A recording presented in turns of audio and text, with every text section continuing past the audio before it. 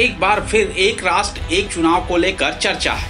प्रधानमंत्री मोदी ने एक बार फिर कहा है कि एक राष्ट्र एक चुनाव सिर्फ चर्चा का विषय नहीं बल्कि भारत की जरूरत है। हर कुछ महीने में देश में कहीं न कहीं चुनाव हो रहे हैं, इससे विकास कार्यों पर असर पड़ता है।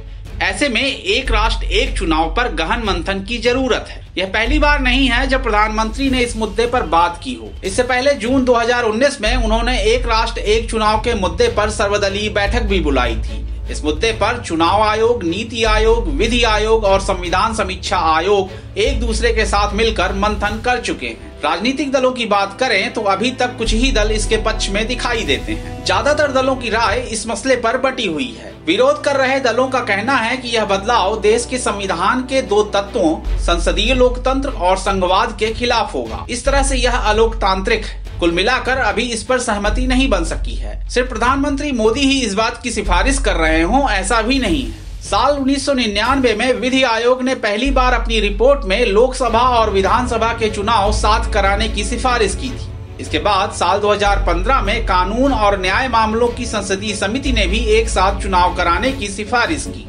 एक राष्ट्र एक चुनाव के पक्ष में यह दलील दी जाती है कि इससे पैसे और समय की बचत होगी और आचार संहिता कम वक्त तक लागू होने से प्रशासनिक और विकास कार्य बाधित नहीं होंगे। साथ ही भ्रष्टाचार पर लगाम लगेगी, आम जनजीवन बाधित नहीं होगा, मतदान में जन भागीदारी बढ़ेगी। एक साथ चुनाव कराए जाने से करीब 5,500 करोड़ रुपए हर 5 साल में बचाए जा सकते हैं। जबकि इसके विरोध में यह दलील दी जाती है कि मान लीजिए किसी राज्य में विधानसभा किसी वजह से भंग हो जाती है, तब वहां दोबारा चुनाव कराना जरूरी हो जाएगा।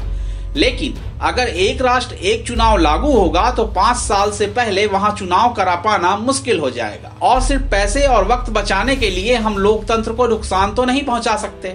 इसके अलावा एक साथ चुनाव कराने से क्षेत्रीय पार्टियों के लिए संकट खड़ा हो जाएगा। क्षेत्रीय मुद्दों पर राष्ट्रीय मुद्दे हावी हो जाएंगे। सुरक्षा बलों की बड़ी संख्या में तैनाती से देश की सुरक्षा को खतरा पैदा हो सकता है।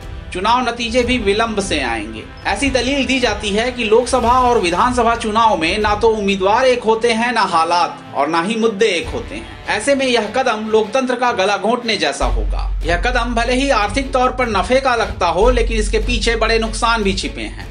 ऐसे में लोकतंत्र को खतरे में डालकर कोई कदम नहीं उठाया जाना चाहिए। हालांकि अपने देश में एक राष्ट्र एक चुनाव नया नहीं है। आजादी के बाद देश में पहली बार साल 1951-52 में चुनाव हुए तो लोकसभा और विधानसभा चुनाव एक साथ हुए थे। इसके बाद साल 1952, 1957, 1962, 1967 में भी लोकसभा और विधानसभा चुनाव साथ हुए थे। लेकिन साल 1968-69 में कुछ राज्यों की विधानसभा समय से पहले भंग होने की वजह से चुनाव कराए जाने का वक्त बदल गया। बता दें, कई देशों ने एक राष्ट्र एक चुनाव को बिना किसी दिक्कत के सफलतापूर्वक अपनाया है। इंडोनेशिया, दक्षिण Africa, Germany, Spain, Hungary, Slovenia, Albania, Poland, Belgium, Sweden में एक राष्ट्र एक चुनाव की व्यवस्था है। लेकिन असल सवाल यह है कि भारत जैसे दुनिया के सबसे बड़े लोकतांत्रिक देश के लिए यह कितना फायदेमंद होगा। क्या इसे व्यवहारिक तौर पर आसानी से लागू किया जा सकेगा या फिर इसे चरणबद्ध तरीके से लागू किया जाएगा? फिलहाल इस पर अभी सिर्फ चर्चा ही की जा रही है।